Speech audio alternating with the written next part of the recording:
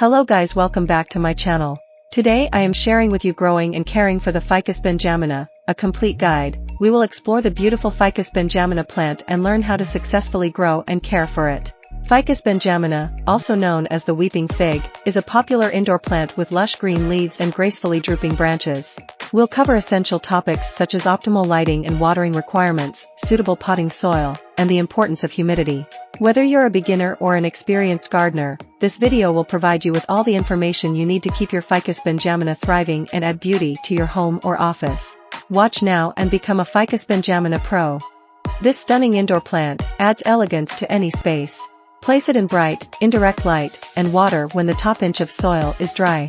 Avoid overwatering and provide moderate humidity.